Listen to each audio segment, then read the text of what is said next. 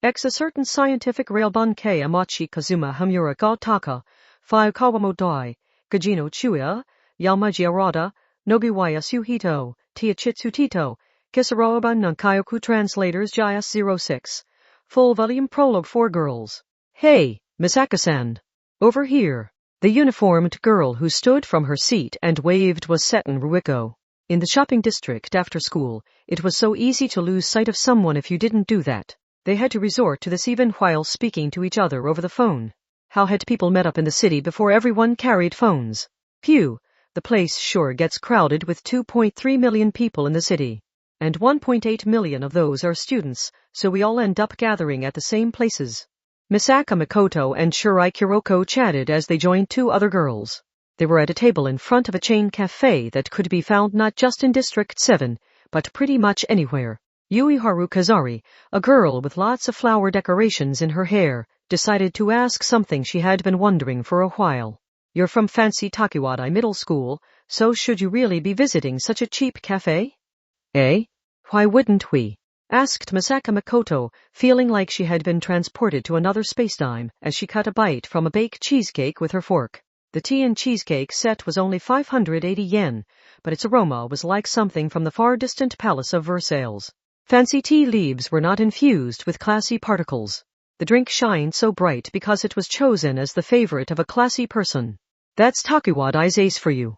She's rarer than the heart or star-shaped cookies secretly included in some packages. Wow, she's the real deal. And on top of that, she's also #3 of Academy City's 7 level 5s. Oblivious to the conversation held by the two ordinary girls, Makoto lovingly folded up and retrieved the flyer for a stuffed animal event placed on her tray. She was wholly focused on the frog mascot shown in the ad. The event is at that Ariake Exhibition Center. There's no way I can sneak out all the way there. One-sama, that is an ultra-concerning comment coming from you. Please do not try it. Ugh. It can be hard to believe we technically live in Tokyo sometimes. This was Academy City, located on the western side of Tokyo. The technology there was 20 or 30 years ahead of the outside world, and a spur power development was a normal part of the school curriculum there. Thanks to that, the entire city was surrounded by thick walls. Just don't do anything that will get you arrested by anti-skill. Yeah, I'd prefer to be arrested by the student-run judgment than the teacher-run anti-skill. One-sama. Shirai's tone dropped. It was written plain on the justice girl's face that she would make full use of her level 4 teleportation power to stop Makoto, if it came to that. Academy City's uniqueness went all the way down to its law enforcement. It was a strange place where the ordinary Japanese police and JSDF were nowhere to be found. Truly countless schools were contained in an area that covered 1/3 of Tokyo, but all of those students were classified into one of 6 levels, from 0 to 5. The strongest electrical power was Railgun, which could launch a flicked coin at 3 times the speed of sound. The strongest psychological power was mental out, which some said could do anything in the field of the human mind. Those two were known as the Ace and the Queen. Misaka Makoto was the former. Her legends were widely known, but very few knew her for who she really was. Nuo. Hikota, Gikota, Gikota. Please calm down, One-sama. Gasp. That's it. If I can't leave to visit Ariake, I just have to bring the event to Academy City.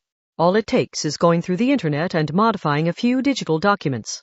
This must be what they call a divine revelation. Don't even think about it, One-sama. This is a story of Academy City. More specifically, it is a story about the girls who pour all their efforts into living there. Chapter 1. Shirai Kuroko does not hesitate. Part 1. The school garden was a no-boys-allowed area of fancy girls' schools, located in Academy City District 7. It was a strange place best described by the quote, above average is average here. The European-style scenery had its safety, and style boosted in every single detail, and it was full of brand-name bag and accessory shops despite only a limited number of people being allowed in. That meant the entire corporate group had decided being a single rich girl's favorite shop was more profitable than catering to the high foot traffic in the prime commercial real estate near a train station. How removed from ordinary time and space was the school garden, you ask? It wasn't unusual to find a middle school girl walking along the sidewalk while pulling on the reins of a white horse, its hooves clip-clopping along behind her. The best of the schools there was Takiwadai Middle School, but even the upper classes spread rumors during their break time. Or maybe people like that were even more worried about titles and reputations than anyone else. Whispered voices rippled through the hallway of the Western-style school building. Oh my, is that Shirai Kuroko? She has made a name for herself in judgment. White Spring Holdings is a nationwide monster in convenience stores, drug stores, shopping centers, and casual stores. Doesn't she work as a herald for the #3 Level 5, Misaka Makoto? Impressive work for a first year. She could only be described as strutting down the hallway. But for the girl with chestnut twin tails, this was normal. HMPH. It's not like worrying about rumors is going to help you improve your skills. So sure, I paid no heed to the voices around her. Even in the crowd filling the hallway between classes, she could easily make out that one back in the same uniform as anyone else. That was Misaka Makoto. "One-sama," she called quietly from a distance. No response. Makoto didn't notice her. That meant this was her chance. Hidden in the crowd, Shirai Kuroko licked her lips and silently activated her level 4 teleportation. What? Her cry rocketed up in pitch when a high-voltage current pierced her body. Her body drew an unnatural curve through the air like she had performed a double jump. Misaka Makoto did not even look back. "I knew you were there." Heh. Should I take that as an admission that we are connected on a deeper level and any feelings we hold are mutual? How can you say that while convulsing on the floor? And sprawled out to boot. Mikoto's cold voice was the usual as well. But that wasn't enough to get Shirai Kuroko down. "Today is the Friday of my dreams." Yes, today was special. One-sama will spend all 48 hours of this weekend with me, her roommate. For 2 precious days, we will truly live together. Heh. My preparations are flawless. I have everything from an enjoyable board game to an aphrodisiac a strange foreign supplement drink to carry out my perfect love plan that is guaranteed to let me score. Hey Kuroko. Yes. What is it? One-sama. Why are you acting so weird? Mikoto tilted her head with obliviousness on her face. She must not have discovered the secret death game modifications Shirai Kuroko had made so their dorm room's door could not be opened from the inside or outside without her permission. Have you heard of those forest light coolers? Instead of cooling things with ice, they use a chemical coolant and a big motor, so it's more like a handheld fridge. No, but that's a camping company, isn't it? Were you planning on becoming a camping girl in this high-tech city? I was just thinking owning one would make it a lot easier to stay up all night. The dorm's food is good, but they only serve it at set times, so I was hoping for a fridge and a microwave. But there isn't room to hide a big appliance, so the dorm manager would discover them right away. Staying up all night, you say? But with something the size of a cooler, I could pull out a nice cold can of tea whenever I wanted. Oh, or I could keep a shortcake around. The options are endless. We could say goodbye to this restrictive lifestyle where we can only drink water and go to bed after lights out. This is our way to rebel against the dorm manager. Boo, I bet I wouldn't sleep at all during the weekends.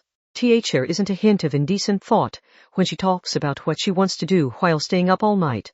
Is that a halo I see behind her? I feel like such a weak person for coming up with this plan. Gasp. Shirai shook her head. Don't let the heartwarming mood get to you. How long are you going to let being a decent person get in your way? Shirai Kuroko. Oh, I almost forgot. Forgot what? One-sama. You said your phone's account was broken, right? But you hadn't gotten around to resetting your profile? Why yes. You apparently have to visit the carrier service counter to do that. But I can still send messages with a social media app, so I've been putting it off. What about it? Since she couldn't reach you the usual way, Kanori-senpai of judgment told me to pass on a message. If you're on social media, you should just friend her so she can contact you there. There was a reason Shirai used an invite-only social media site. If she was friends with Kanori, Yuiharu, and other people she worked with in real life, she couldn't relax and talk freely on there. But her one-sama did not understand this, because she was a loner with no interest at all in joining an online community, even though she could freely hack into whatever community she wanted. But she had a bigger issue to worry about. She knew this wasn't a message she wanted to hear, so she needed to prevent Mikoto from speaking another word. And with that making the perfect justification, it was time to seal those lips with a kiss. But Shirai couldn't quite muster the courage, so Mikoto continued with a smile. She says your martial arts proficiency is dropping. You should really thank her, because she's offering to sacrifice her entire weekend to help you retrain. All sound vanished. Light spread out before her eyes, erasing the scene around her. After passing on the message, Misaka Makoto left. Shirai hadn't even heard her beloved one-sama's parting words. Shirai Kuroko was left all alone in the world. She slowly collapsed in the middle of the hallway, hung her head, and bit her lip. The stream of students parted around her, and some gave her worried comments from afar. Those polite and kind girls failed to consider that being treated with such care could be the most painful thing of all at times. Was she going to give up? Today was the Friday of her dreams. She had waited so long for this weekend. She had modified the dorm room's door and window, checked and rechecked the flowchart she had written up to cover every possible eventuality over the coming 48 hours, and even set up a pink gas. But now it was game over before GM Shirai Kuroko could even attempt at reaching paradise. Really? Misaka Makoto was the railgun, and she had a physical sixth sense using microwaves. So do you have any idea how difficult it was to set all that up without her noticing? She already knew the answer. The words spilled from her slanted lips. You're dead. Kanori Mai. I must murder that ultimate busty glasses girl to reach my goal. Part 2. School was out for the week. Shirai Kuroko left the school garden and walked through the evening city. With the weekend coming up, the boys and girls headed for the shopping district had a spring in their steps. Shirai wished she could join them. Oh, how badly she wished it. If I skip out on it, she would only contact the dorm manager. Then my sealed room of love and desire would be completely wasted. I just know that terrifying dorm manager would kick down the door in her anger. I shouldn't have done it at home. Preventing Kanori Mai from calling would mean fighting that busty glasses girl anyway. And trying to physically stop the non-busty glasses dorm manager was a fool's errand. Strategize all she liked, she would never find a solution to that one. Why did her daily school life have to include impossible problems like that? That meant the best-case scenario was defeating Kanori Mai in a single blow today, and gaining her freedom right away. If absolutely necessary, she could treat Saturday as a spare day and use that to finish the battle. Then she could finally begin her death game of love with her beloved one-sama on Sunday. Sigh. Really, a Takuwadai student shouldn't be walking along the streets like this at all. It's just so easy to forget that when one-sama, Shokyu Misaki, and others at the top ignore the school buses and move around however they like. Kanori was apparently waiting at a judgment training facility in District 7. Shirai just knew the blazer glasses girl was standing tall at the center of the dojo with her arms crossed. With a snort of excitement about the coming fight, of course. Even Shirai Kuroko was a little scared of thoughtlessly challenging her to a fair fight. So what else could she do? She had time before she arrived, so she wanted to work out a strategy now. She started with the basic information. Kanori-senpai. The problem is she really is skilled enough to warrant that honorific from me. Kanori Mai was a high school girl who also worked for judgment. They went to different schools, but they still saw each other often enough since they both worked in District 7. She had a slim build and big boobs that seemed to show how much more mature she was, but her glossy, shoulder-length black hair and intellectual glasses gave her the appearance of a diligent honor student. She did just as good at school as that impression would suggest, so the teachers had to like her. But Shirai Kuroko was most interested in her spur power. Level 3 clairvoyance. That was lower level than Shirai's level 4 teleportation, but the numerical value didn't mean much with such different genres of power. Academy City preferred not to lump all spur powers into the two general categories of ESP and PK, but such a plain example of ESP could be a pain to deal with. Her power let her see through objects. A very simple description. But what did that really mean? How exactly did she see through things? Did the material or thickness matter? Was a liquid or solid easier to see through than the other? Did she have an easier time seeing through a concrete wall a meter in front of her or a single piece of paper 100 meters away? When she saw through something, did the thing completely vanish from her view? Or did she still see it as translucent? What happened if something else moved in front of something she was looking through? Etc., etc. Shirai didn't know any of those specific conditions. She worked with Kanori on a regular basis, where they watched each other's backs as they captured and arrested criminals. Kanori had directly told her a fair amount about her power. But was that really everything? Couldn't she have forgotten to mention something because she knew it all so well herself? The rules were easy to grasp and share with something physical like the railgun. You could see it happen, You could measure its effects with precision equipment, and you could analyze the footage in super slow motion to determine its range, its power, and how far you needed to escape to be safe. But with precognition, telepathy, and other SB powers that only activated in the Asper's head, it was really hard to tell how incredible the power was at a glance. But it was definitely there. Think of it like chess. When lining up all the pieces and staring at the board, you would want to analyze the situation 100 moves in advance and choose the best possible piece. But what if your opponent placed a piece you had never seen before on the board? What if they explained how that Senti-style rubber monster moved, but you didn't understand what that meant? Could you really come up with a winning strategy? What if you thought you had the perfect defense in place, and then one piece suddenly warped to the other side of the board? That one unexpected move would cause your entire strategy to fall apart. Yes. After some thought, Shirai Kuroko nodded all on her own. She had arrived at the Judgment Training Facility, a boxy building that looked like a somewhat fancier city gym. She was pretty sure it was also used for Naginata and Aikido tournaments. She showed her armband to the adult gate guard, walked in, and saw a sign saying to take a left and walk 150 m to reach Martial Arts Dojo 1. Since the presence of an uncertain piece prevents me from using the standard moves, the margin of error will grow the longer the battle lasts, and that will ultimately lead to disaster. In that case, she slowly breathed in, out, stopped, and focused her mind. She teleported into thin air. She was limited to distances within 81.5 m and weights less than 130.7 kg, so 50 m was already within her movement range. Chera. She moved to the very center of the tatami-covered Martial Arts Dojo 1, where Kanori Miyai waited. The black-haired glasses girl really was standing tall in her uniform with her arms crossed. Shirai Kuroko appeared 4 m above and behind her and sent a dropkick toward the back of her head.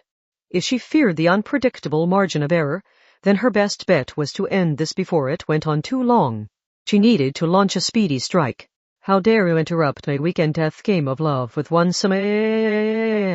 DFF de Audiobook. The resultant impact was so loud the young woman with the crew cut, and a model's figure doing indoor weight training, and the Amatone Chicos engaged in a fierce Aikido battle with their hakamas rubbing together gasped and looked to the center of the martial arts dojo. The girl there had shoulder-length black hair and intellectual glasses.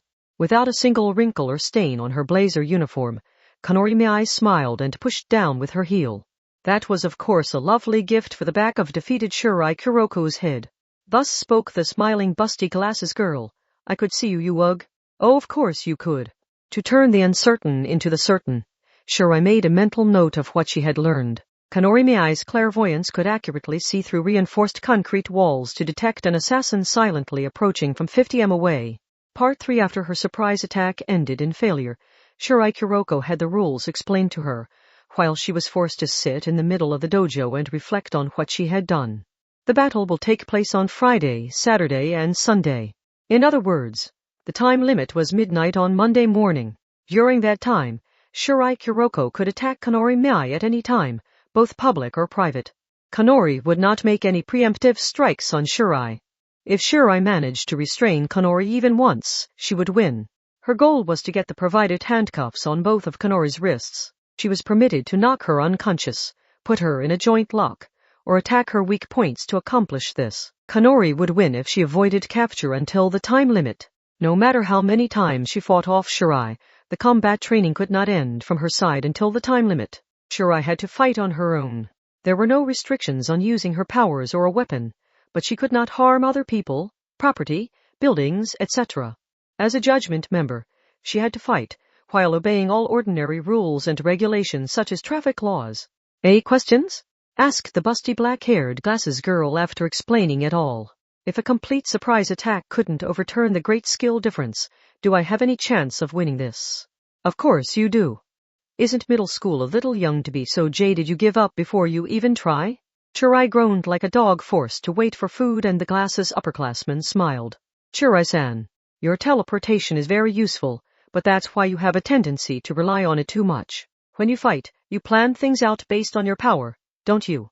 But there are so many things that can keep you from performing the necessary calculations in your head: injury, illness, a flash of light, and gas, to name a few. If you want to survive on the job, you need to fix that bad habit. With that said, Kanori Miyai gallantly departed the dojo. Still seated on the floor with her head drooping, Shirai watched her go. The instant she disappeared through the door, Shirai teleported a few metal darts, but it didn't seem to work. Drat! And she had to have had her back turned then. She doubted Kanori had a constant 360-degree view from using her power. She always turned her head and expanded or contracted her pupils, so her power had to be linked to her ordinary vision. So she had the ability to see her target through any walls, doors, or whatever else were in the way. But also she's clever. She knows how to search out what she needs to see. Sure, I couldn't deny that. Seeing more than most people meant having more junk data that got in the way of what you wanted. It was like using a search engine that didn't match your search terms very well. Yet Kanori never seemed overwhelmed by the glut of information she provided herself. She had the perception to accurately detect someone showing signs of planning a pickpocketing within the large crowd flooding the train station during the morning rush hour. Her experience in judgment had built up an ability to focus on what she needed to see, which allowed her to utilize her simple power. It was that ability that told her Shirai Kuroko would immediately make another attack, so she didn't even need to look back and check. Anyway, grrr. This could not be more annoying, but I'll do it. Shirai Kuroko vanished into thin air in her seated position.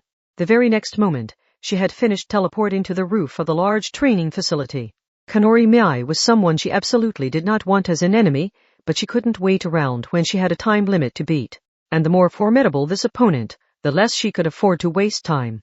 With every tick of the clock, my lovely weekend with one summer is slipping away. I need to finish this now. The basic strategy for fighting in Academy City Spur was as follows. 1. Confirm what you need to stay alive. 2.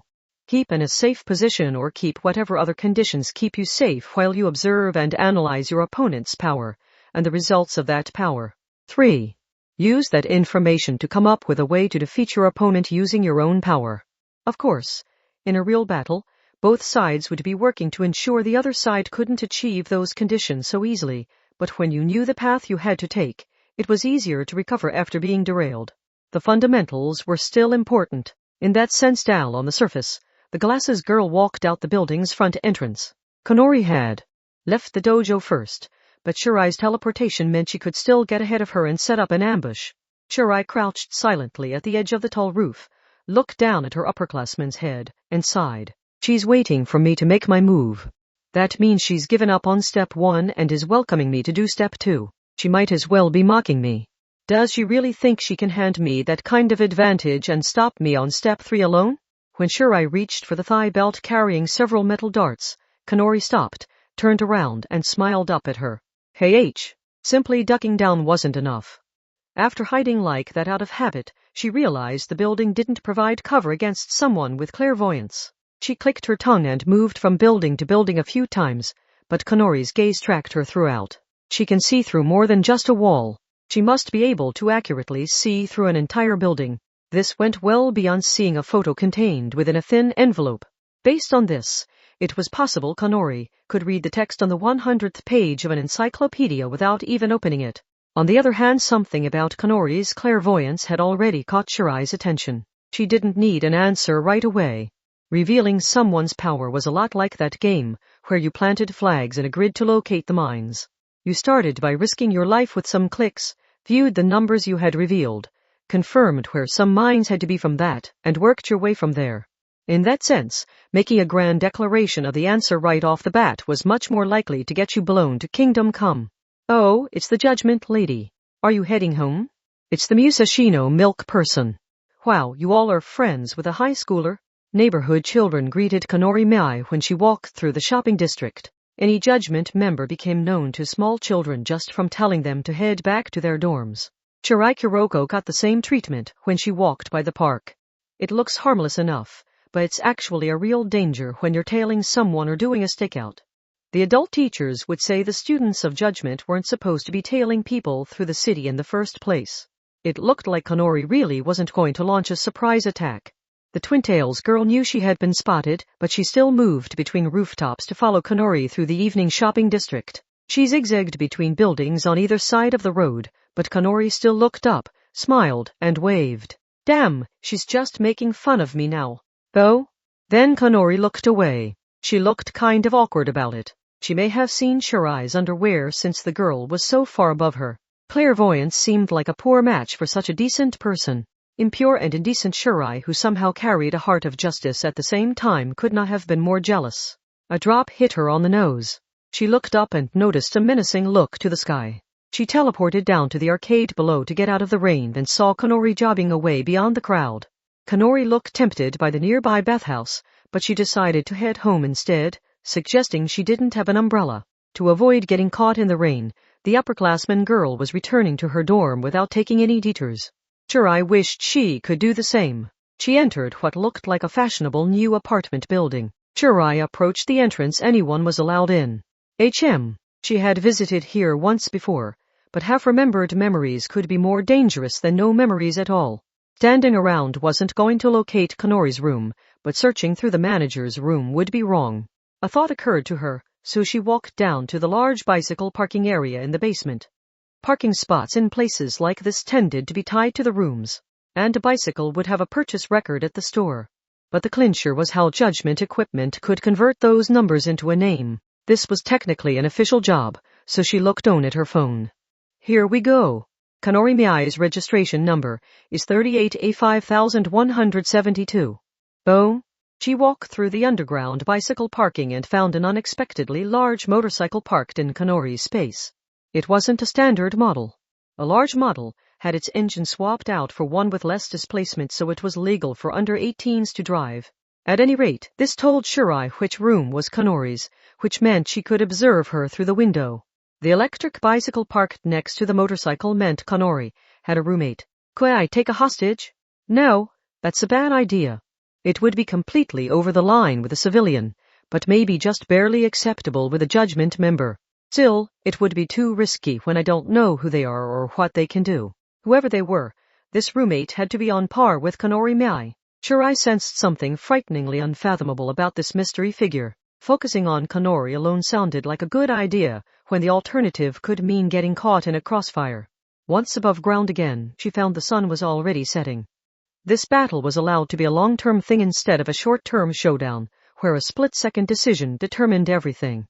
Shirai bought a sweet bread and some milk at a nearby convenience store that belonged to her family's holdings, and teleported up to the emergency stairs on the building across from the student dorms. Munch. I'd say this new product is a keeper. The light green veggie paste doesn't get in the way of the sweet of the bean paste, and it still gives you a day's worth of nutrients, so it's the perfect sweet bread for a stakeout. Although the limited number of jobs allowing for legal stakeouts might be a problem in it finding success. She had heard anti-stalker laws sometimes affected private investigators whose jobs weren't authorized by the authorities. Calling themselves journalists was a handy loophole there, so it wasn't uncommon for PIs in Academy City to officially call themselves freelance reporters or cameramen. There was always a technicality to be found. Musashio milk. Kanori-senpai seems obsessed with the stuff. She wished she had some binoculars, but they didn't sell those at a convenience store.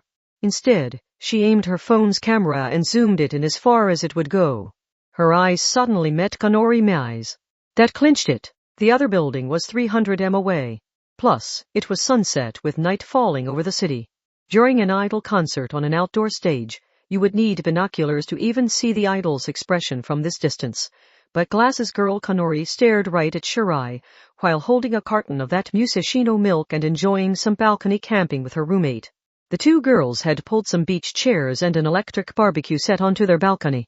I was wondering how she managed to avoid my darts so easily. In that case, Shirai looked away from her high-tech screen in exasperation and took sip of her milk carton through the straw. By seeing through the dust and dirt or the air itself, she can eliminate any margin of error introduced by light refraction and attenuation. This gives her truly perfect vision. She can see the space around her without any distortion, so she can dodge without any margin of error. When you took a casual picture with your phone, did you ever find the color looked wrong? That wasn't necessarily a problem with your settings or the specs of the phone camera. The scenery humans saw was actually fairly distorted. The moisture and temperature differences in the air would weaken or bend light. When light passed through a small gap, it would diffract. When it hit a wall, it would reflect. So even with the sun as the only light source, the light could be coming in from multiple directions at once. Why did the morning and evening sky look so different? No one was checking the clock and repainting the sky. It was a natural phenomenon caused by the bending and absorption of different wavelengths of light. But those distortions meant nothing to Kanori. Her clairvoyance let her ignore any and all obstacles keeping her from seeing her target. She could see the world as it really was, with no margin of error, so she would never make any mistakes. She had truly perfect vision. A millimeter as seen by Shirai was not as accurate or valuable as one as seen by Kanori. She wears glasses, so it would be wonderful if her poor eyesight drags down her power as well. That was only a prediction, or a hope really, on Shirai's part. She could not objectively prove it. In fact, didn't Kanori point at distant things and shout instructions when she was using her clairvoyance? Did she not use her power at all times, because she would bump into the nearer obstacles? This was even more trouble than Shirai had thought.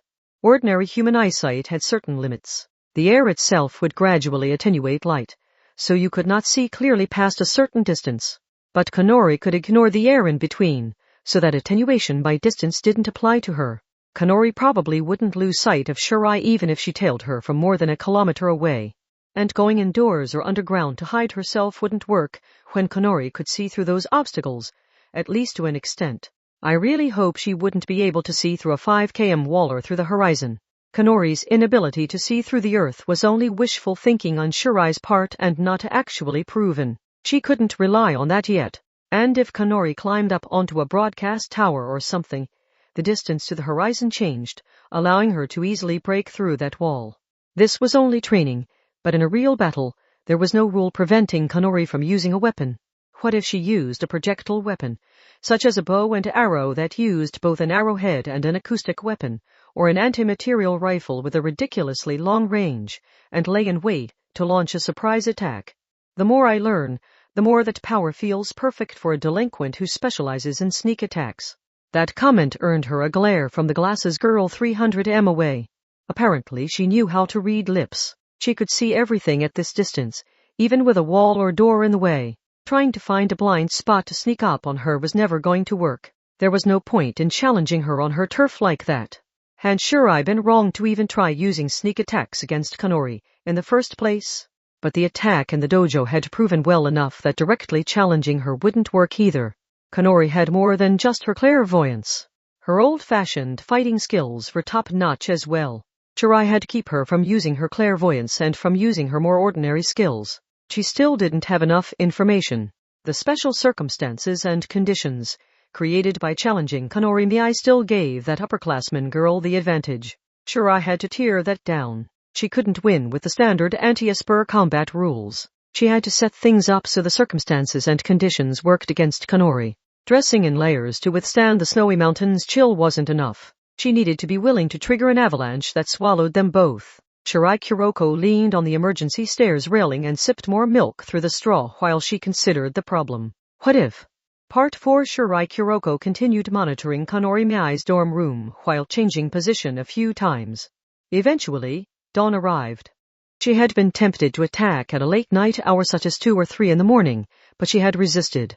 Attacking a foe in their sleep was a standard tactic, but Kanori would definitely be expecting it. The presence of that roommate was bothersome as well.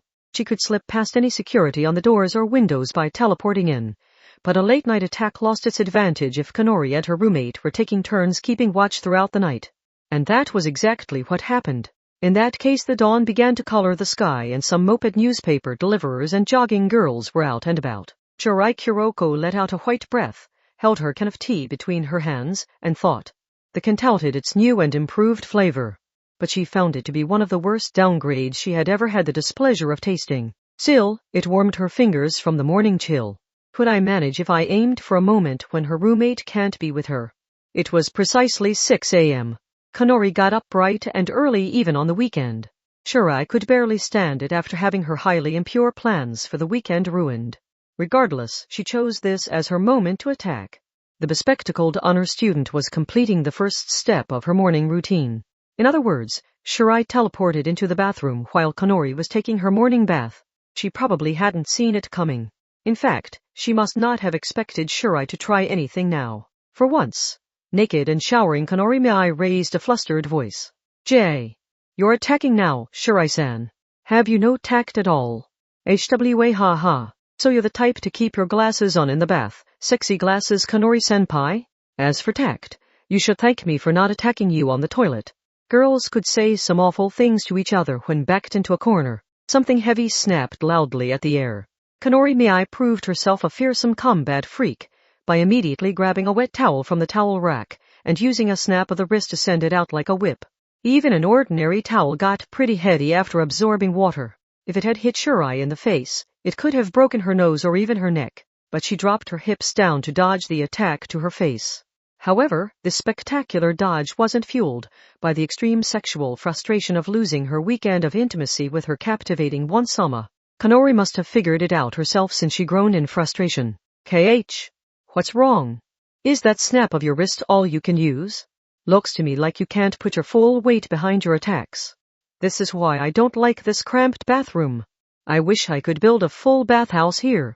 After lowering her hips, Shirai aimed a tackle for the busty upperclassman's navel.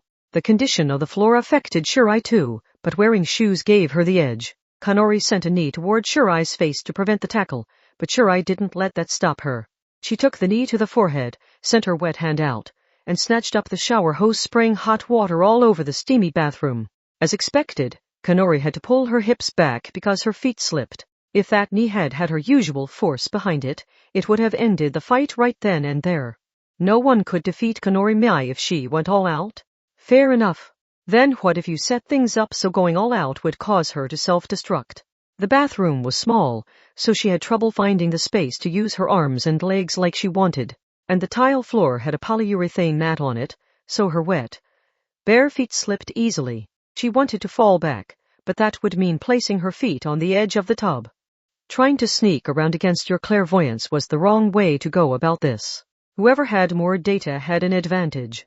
Whoever made the surprise attack had an advantage. People didn't question such obvious facts, but that prevented them from ever breaking free of those assumptions, so you had to look at it with fresh eyes. If you didn't change your way of thinking, you could never defeat Kanori-mei. In other words, I needed a situation where you seeing me doesn't change anything. Shirai Kuroko smiled with her uniform drenched. With the shower hose still in hand, she kicked the faucet, cranking up the temperature setting. Kanori could use her clairvoyance to stage the perfect evasions, but she had no way of avoiding the arc of hot water sprayed across the entire cramped space. TCH. In that case, you didn't think that was all I had planned, did you? The hot water was a threat, but it wasn't a solid wall. Kanori could break through it. Once she realized her disadvantage, she would tackle right through even if it meant taking some damage. It was indeed the most correct choice, which was why this wasn't Shirai's real attack. She had something else up her sleeve. For example, I could step forward and show you something you actually don't want to see.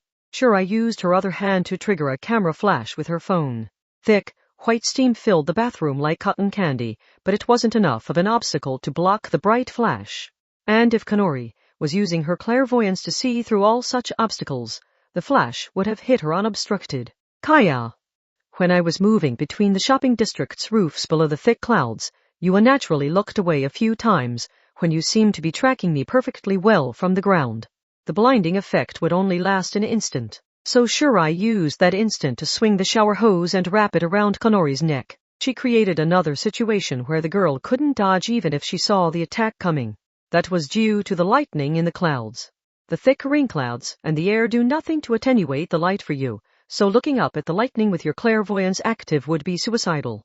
Her next attack proved to be the finishing blow. She yanked on the thick hose like it was a dog's leash, pulling Kanori's head toward her. When the upperclassman girl staggered forward with her full weight behind it, Shirai slammed her elbow into the girl's face. Part 5. Soon thereafter, Shirai Kuroko was forced to take a seat on the living room floor. Her twintails and uniform were wet, her risque underwear showing through the latter. Kanori-senpai? Yes. The other girl did not look pleased as she put on her spare glasses. The underclassman hesitantly spoke up after committing the unthinkable act of hitting a glasses girl in the center of the face. I believe the deal was that, if I won, I was rewarded with the freedom to enjoy my weekend as I liked, which, I might add, is how weekends are supposed to work regardless. So what am I doing here? Didn't I say up front you had to obey all of Academy City's rules and regulations during this training? This is trespassing. The glasses girl blushed red as she shouted, but her roommate only laughed in carefree amusement. However it had happened, a win was a win. Kanori looked upset, but she knew it would be petty to overturn Shirai's win and declare it a forfeited game. Nor did she go beyond verbal complaints and make it physical. Shirai had won. The wild animal named Shirai Kuroko had won her freedom. Now no one could stop her. No one stands in my way any longer. Wait for me, one-sama. Dwahahaha. My DIY locked room survival game full of 108 delightful traps awaits us both. Something dripped onto her lap. Something red. Oh? Shirai-san, you have a nosebleed. A really bad one. Oh, don't mind this. I simply got a little carried away with the unrealized fantasies in my head. The long-haired roommate gave the glasses girl a skeptical look. May I, what did you do to this girl? Ahem, maybe kneeing her in the face wasn't the best idea. No, I would think not. You need to remember your knee is the ultimate weapon that can one-hit KO a macho man 3 times your weight. Remember that guy who turned himself into a deadly street fighting machine with his personal style of MMA? Or that sumo wrestler who was banned from the ring after it came out he was using steroids? What had this straight-laced, busty upperclassman been up to in the past? Shirai Kuroko was growing more and more worried, but then the upperclassman turned her attention Shirai's way again, and with a weirdly panicked smile. Shirai-san, how about we get you checked out at the hospital? I know it's Saturday, but they still do exams during the mornings. No, wait, I said not to worry about it, remember. I promise you I'm not injured. This is only the result of some wholesomely lewd fantasies. Should I call an ambulance? She's completely incoherent now. I'm afraid you might have given her brain damage. How rude can you be, mystery roommate? Part 6. She disappeared. She ran away. With her task complete, she had no obligation to stick around. She couldn't have them underestimating her teleportation. As long as nothing interfered with her mental calculations, it was impossible to keep Shirai Kuroko restrained. She knew exactly where to go. No one could deny that she had defeated Kanori Mei. She had used up Friday night doing it, but Saturday and Sunday were hers for the taking. Heh. No one could stop her now. Everything was fine. She was in luck. She had the wind at her back. Destiny was calling her. The power of love was infinite. A tanker truck full of jet fuel could drive straight at her right now, and she felt confident she could stop it with her bare hands. This was a holy revelation. She had something divine within her. She knew she was going to score today. She had never been surer of anything in her life. And that gave her a great power. The bright and colorful power of Luov. Wait for me, one-sama. No one stands between us, no. Shirai. Awfully bold of you to walk right in the front door after staying out all night. Any last words? Madam Door Manager, may I ask what possible reason you have to treat me like this? Those are some unique last words. Don't worry. I will make sure to carve them into her headstone. Wait. Please wait.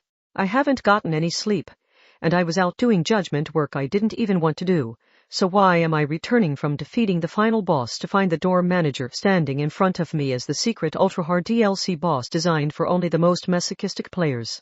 What was my horoscope today? Am I cursed to find stupid strong people in glasses standing in my way wherever I go? Shirai Kuroko's mind turned to her pocket. Or rather, the phone inside it. Oh no. I never fixed my broken account. Are you saying you sent me a final warning email that I never even saw? Enough nonsense. Face reality, Shirai. The door manager's glasses flashed. It was no use. Not even her teleportation was enough to escape. This woman had no Esper power, but Shirai could have sworn she saw the growing silhouette of the ultimate monster, who every single Takuwadai student feared. Your life ends here. Is that anything for a teacher to tell her student? Chapter 2 Satin. Ruiko's Messy Bloodbath Paradise Part 1 Satin. Ruiko was a first year in middle school. Her hobby was keeping up with the latest trends. That included gathering rumors, especially the creepy urban legends. She didn't delight in learning about other people's misfortune, and not all urban legends were of the bloody horror variety. For example, there was the story of the Kesaran Pasaran, a white fluffball creature that brought happiness to whoever found it. So all she did was gather every rumor she could find, whether it was good or bad. But she was aware that her methods of gathering information could be a bit lacking in morals. As an Esper, she was officially designated a level 0. She felt like she had gotten over her issues with that. But she also had to wonder if fully eliminating that complex would also eliminate any future chance of growth. The bell signaling after-school freedom rang. The black-haired girl with all the latest rumors could look cheerful, but she still carried a lot of baggage inside. But she didn't let that get her down as she threw open the door, where her friend awaited her. She had arrived at Judgment Branch 177. Yuharuan Uenhera. No response. The lights were on and the /C was running, so her friend had probably only stepped out for a moment. There were important case files in here, so the door wasn't meant to be opened by outsiders without a key. Sutton scanned the room from right to left. If she's not here, maybe this is my chance to use this. She pulled a small plastic bag from her skirt pocket. It contained a powder even redder than lipstick. A video teaching how to make professional-grade fake blood used for filming movies had gone viral. This recipe was notable for being made from black bean cider, ketchup, and other ordinary items found at any discount store, so it was being used in a lot of prank videos. As a modern girl, Satan was more interested in making a viral video than in the cruel fake blood itself, but it was human nature to want to try it out. Anyone could make it. It could be stored long-term when powdered, and you only had to add it to water and microwave it when you wanted to use it. She wasn't sure what she wanted to use it for, but it did sound convenient. Let's see. Measure out the right amount of water in the cup, stir the red powder in, and stick it in the microwave. Wow, they've got an industrial 1500-watt one. I only need to heat it for 40 seconds in this. Never mind that people often talk to themselves and hummed when preparing to prank someone, because that emphasized that it was only a joke, and helped reduce the guilt they felt on a subconscious level. Done. The mug was now filled with a warm and thick dark red liquid. The color, texture, and even rusty smell were incredible. She even felt faint when she thoughtlessly took a deep breath. It contained black bean cider, starch, strawberry odin, ketchup, paint, and more. According to the VR instruction video that worked by using her sideways phone as simple goggles, it dried in around 15 minutes after touching air just like real blood and, even after being wiped up with a rag, it would produce the same bluish-white light after being sprayed with a luminol reagent. It was so realistic and hard to distinguish from real blood that it had a substance clearly not found in real blood intentionally mixed in to avoid misunderstandings, if anti-skill or judgment were called in after a prank gone wrong. Still, it was a thick, dark red liquid. Leaving the mug sitting out made for a nice psychological horror image. Add a few hairs to the rim of the red mug and Yuiharu would probably fall on her rear in fright when she returned, but that wasn't enough. Sutton pulled out a few plastic bags about the size of the soy sauce packets taped to convenience store bentos, poured some of the fake blood into each one, and stuck her hand inside her uniform. The packets were made to be sealed with the heat of your mouth after you filled them with soy sauce or whatever other condiment you wanted. Discount stores had pretty much anything you could want these days. Hot, hot, hot. One here, and maybe one in my hair. She couldn't have the red mug and spoon giving away the prank, so she brought them to the water heater area and stuck them inside the AI robot dishwasher. Then she took a look around. Blades like a kitchen knife or fruit knife would be too dangerous for a prank, so she was hoping for a blunt object. She saw a black plastic object leaning against the wall nearby. What's this? She reached out toward the long, heavy rod. It was as long as or a bit longer than a bamboo sword and seemed sturdier than the brooms or mops that students uninterested in cleaning the classroom would use more as toys. Was it something like a pestle stretched out nice and long? It said police staff on the side, but she wasn't sure how to read the kanji since she relied on her phone so much for that kind of thing. She did a quick search on her phone. Police staff. So it's like a bigger version of a police baton? It looked like it was used to hit and arrest people. Unlike a special police baton, it wasn't collapsible. Someone could maybe hold it to look threatening as a guard at the entrance of the branch office, but it looked unwieldy to walk around with. She wasn't sure if it was really used when out on patrols, or if it was only meant for training. Her eyes widened when she saw the label near the grip. Polyhydroxybutyrate plastic. That meant it was the same biodegradable plastic used in eco-friendly mineral water bottles. She recalled seeing an ad between online videos talking about that. Neat, so they even make these things so they'll return to nature. I guess that's just the age we live in. Anyway, it was just what she wanted. It felt nice and solid when she picked it up. A long blunt weapon was the perfect option here. The desktop computer beeped. A look at the flat-screen LCD monitor showed it was synced with Yuiharu's phone location. The victim would be here soon. Satin Ruiko placed a hand on the center of her chest and took a deep breath. Then the branch office door opened. Wha ha ha ha ha. Yuiharu, I hope you're ready for the mysterious young inn owner in a bloody suspense drama experience. Jaya. What in the world? Is it the apocalypse? After an especially loud and dull whack, followed by a thud, the branch office's atmosphere froze over. That was hardly surprising when Satin Ruiko had raised her hands and attacked Yuiharu out of nowhere, intentionally gotten them tangled up together, hit herself on the head with the police staff, and collapsed. She fell flat on the floor. Yuiharu Kazari, the girl with lots of flowers on her head, was left alone to catch her breath. Pant, gasp. Satin wanted to celebrate her successful plan, but she ignored that desire. Trembling hands pressed something against her forehead and neck. They appeared to be a combined temperature and blood pressure sensor. It was part of a personal medical kit that checked your condition like a smartwatch and then acted as an AED or adrenaline injector, if necessary. Satin lay on her side, convulsing with her eyes rolled back in her head. All the face acting videos she had watched were paying off. She also used the convulsions to hide how she twisted her body to press the packets in her hair against the floor, popping them below her head. She didn't want to give away that she was alive, so she also surreptitiously switched off the medical device the size of a bento box. A dark red liquid oozed out onto the floor. Would it have been more shocking if I was foaming at the mouth too? But soda water wouldn't look real enough for that. She considered that while letting the convulsions fade. She didn't want her rolled back eyes to dry out, so she also chose a random moment to shut her eyes. That kept her from seeing Yuiharu's panicked face, but some sacrifices had to be made. She didn't want to give away the game. Satin Ruiko had died. As Satan-san? Wait a second, Satin-san. What is the meaning of this? How was that for a death scene? I can get back up when she pulls out her phone to call an ambulance. I'll spring up and scare her. This isn't over yet. Yuiharu's about to be attacked by zombie Satin, but despite her plans, she couldn't see what was happening with her eyes shut. So the only data she had to go on was the voice she heard. Sigh. Yuiharu Kazari spoke from very close by. Well, if she's dead, I can't just leave her here. There's no room to bury or submerge a body in Academy City's limited space, so I'll have to rely on my usual method for quickly disposing of 49 kilos of human flesh. Hwa. Satin Ruiko froze in place on the floor. Why does she sound so calm? Her usual method. Quickly disposing of. The collapsed girl received some unasked for assistance in lying completely motionless. Oh right. Thermal hand. Her power lets her keep anything she touches at its current temperature. Is she keeping her air-conditioned body temperature in place to keep herself calm? Extreme excitement increased your body temperature.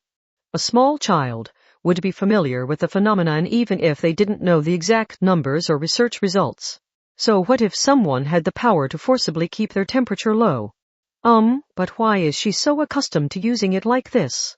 Trying to understand this baffling situation seemed to have caused a bug in the signals sent through Satin's body. She couldn't seem to move her sprawled-out limbs or even her eyelids or lips. If I'd known I would need it again so soon, I wouldn't have thrown out the equipment I used last time. Disposing of two bodies isn't much more difficult than one, so it would have saved me a lot of time to crush up this one along with that one. What? What was going on here? What last time? I still have some of the cleaners from last time, don't I? Yes, here we go. This is the stuff you need to get out the blood, sweat, saliva, and tears, even when they're stained deep into the carpet. A quick carbo clean and ta-da. Not even Kanori-senpai's clairvoyance will notice anything went down. Sigh, if only my power controlled water or buoyancy. That would make this all so much easier. Was that really Yuiharu Kazari looking down at her? Surely this had to be someone else entirely using special makeup, right? Or maybe her mind had been hijacked by someone. Yuiharu Kazari. Does that mean something else when you read it backwards? Like with Oidaloof or Redrum? This was only going to get worse. She needed to get up and apologize before it left the realm of jokes. Satin Ruiko made up her mind. She arrived at the decision all on her own. And 3 seconds, before she was going to open her eyes. This is really turning into a problem. Satan was afraid her shoulders had noticeably jumped. Yuiharu was speaking to herself in a frighteningly cheerful voice. Didn't people often talk to themselves and hum when pranking someone, because it emphasized that it was only a joke and helped reduce the guilt they felt on a subconscious level? If anyone found out I kept doing this, I would end up with another body I had to deal with. I mean, if Satin-san got up and said, "Just kidding now," I would have to make sure she stayed dead to keep my secret. Satin's lips formed the first syllable of "just kidding," but no voice emerged. This isn't one of the urban legends where you can just say their name backwards or repeat their name to make them go away. If it's name-related, is it more like Hisaruki? Her eyes wouldn't open. Something like powerful sleep paralysis had taken hold twice over. She had to work at keeping her breathing calm. What about her sweat? Her heart was pounding. So could Yuiharu hear that? I don't actually weigh 49 kilos, but I get the feeling I won't be getting a smiling correction out of her right now. She couldn't let the truth be known. She could not let this monster know she was alive. But if she stayed on the floor, she would be disposed of. Before that happened, she had to sneak out of the branch office or her full body weight would be taken away from her using some kind of well-practiced method. Part 2. Yuiharu paced the room, occasionally stepping over Satin Ruiko's body. Satin could hear the footsteps and feel their weight as the floor creaked. With her eyes still shut, her imagination worked overtime. The movement in the air as Yuiharu Kazari walked around was enough to nearly bring tears to Satin's eyes. But if she let that happen and Yuiharu noticed the evidence of her survival, she was dead meat. She couldn't escape the room. This was more like trying to fool the axe murderer under the bed than it was like the Tsukamana. Fortunately, Yuiharu never checked her breathing or pulse. She hadn't bothered with any of that after the perfunctory check with the personal medical kit. Nor did she make any desperate attempts at first aid or resuscitation. She just assumed the other girl was dead and focused on swiftly disposing of the body. The weight of the footsteps moved away from Satin, but Yuiharu's presence remained in the room. It was frightening with her eyes closed, but she was terrified of Yuiharu noticing if she cracked her eyes open. That walking away sound may have been a test. What if she opened her eyes a crack only to find Yuiharu lying next to her staring her right in the face? Unpleasant sweat poured down her back. An encyclopedic knowledge of urban legends wasn't too helpful when it really mattered. Doing an original wiggling dance was unlikely to shatter Yuiharu Kazari's mind. Should she make a move or stay where she was? There probably wasn't a correct answer to that question. She just had to make her own decision. And as someone who loved chasing down the latest trends and rumors, she chose to calm herself by gathering as much information as possible. She made a single crucial decision. She gathered all her strength to slowly pry open her eyes. She only opened them maybe a millimeter, but it took as much willpower as tearing her own muscles apart. Her vision was tilted 90 degrees. She noticed the floor pressed against her cheek first and foremost. She also saw a steel desk, a few shelves, and the room's wall. Unfortunately, she couldn't see the exit door from here. She would have to twist herself around to see that, but that would be suicidal. She could feel a wet stickiness on the side of her head. She had crushed the fake blood packs herself. If she moved around, she would leave a smear of red on the floor like someone had lazily mopped with the liquid. That would leave evidence that she had moved while Yuiharu wasn't looking. But when people were ruled by anxiety, they had trouble trusting in even the most common things. They even ended up questioning their own memories. Satin fell for that same trap.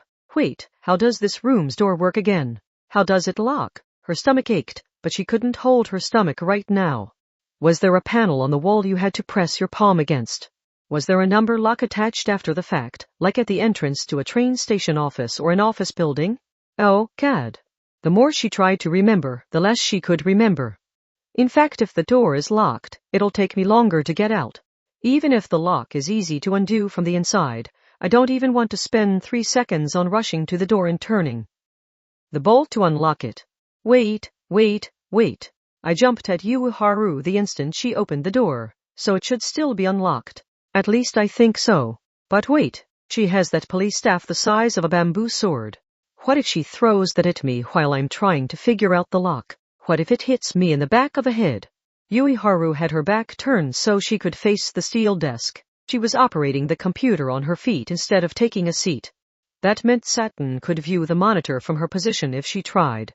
She was afraid it would show a list of future victims, though. But surely Yuiharu wasn't doing paperwork or sending messages for judgment, right? On the other hand, maybe she was doing business as usual to give herself an alibi. Saiten couldn't decide on anything. Everything swirled around in her head until she wasn't sure what was what. No matter what Yuiharu was doing, Saiten was pretty sure it would feel like one of those "what mental health problem do you have" quizzes that had been popular a while back. It turned out Saiten Ruiko's guesses had all been too naive. Stuffing a body into the inner unit of a wind turbine undergoing maintenance was such a convenient method. If no one discovered it, the rotation would continue crushing it for 18 hours straight, reducing the hair, bones, flesh, and organs to no more than a paste. If only I hadn't gotten careless and made so many bodies anti-skill caught on and started watching for that. Well, it was about time I came up with a new method anyway. Yuiharu sounded cheerful as she spoke to herself. This went well beyond a list of future victims. In fact, that wasn't judgment work on the screen after all. Saiten was pretty sure it was a special online store often recommended during workshop videos. A few quick modifications and an academy city cleaning robot should be enough for the mass of a 13-year-old girl. Crush them up and smush them into a small tube and you can fit people into a surprisingly small space. Saiten's idea of inappropriate trivia was how a somewhat naughty video would play after the TV broadcast ended for the day. Not this. Yuiharu seemed to be enjoying herself as she worked at the computer. I can buy a used cleaning robot online, so should I go that route? No one can tell there's a whole person stuffed inside the robot if they've been crushed up enough, so then I can just dump it in the furnace at the waste treatment facility. Good thing Academy City is so passionate about recycling. Hearing bits and pieces of your coming demise was not a fun experience. Saiten got the feeling she was about to die even more gruesomely than the victims of the Kuchisek Anna or Hikiko-san. She couldn't afford to waste any time in her escape. Before she made her move, she wanted to know how far away the door was and what kind of lock it used. But to repeat, she could not twist around and leave a red stain on the floor, which left only one option. And my phone. She grew painfully aware of the slight weight in her skirt pocket. Yes, I have my phone. I don't have to twist my entire body if I reach back with an arm and snap a photo of VRRR. Her heart stopped.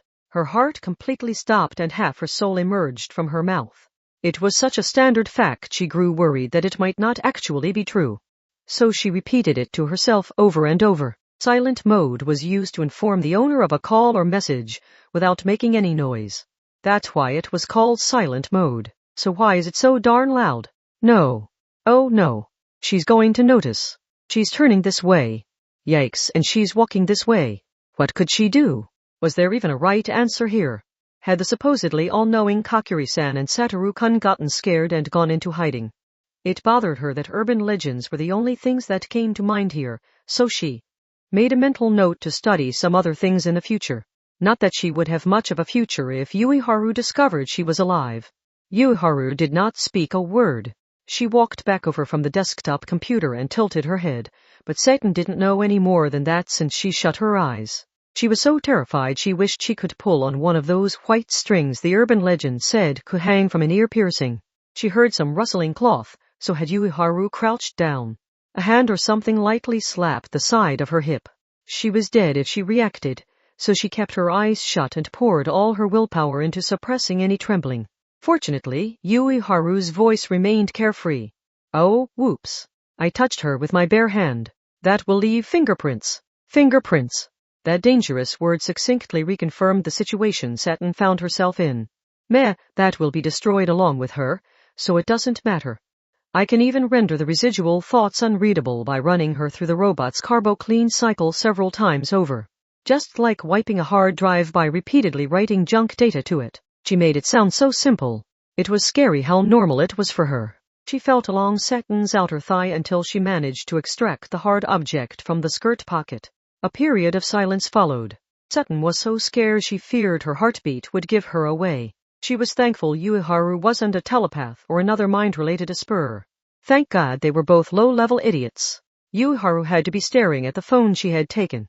But what if she was actually observing Saiten's face for any signs of life? After what felt like an eternity, Yuiharu spoke again, in a terrifyingly icy voice. What to do about the GPS data? Saiten hadn't considered that. A bit of hope grew inside her. If I erased the last few hours from the log, it might look like she switched it off during class and never turned it back on. But that hope was snuffed out a moment later. Maybe it was hopeless to try and outdo Yuiharu in this field.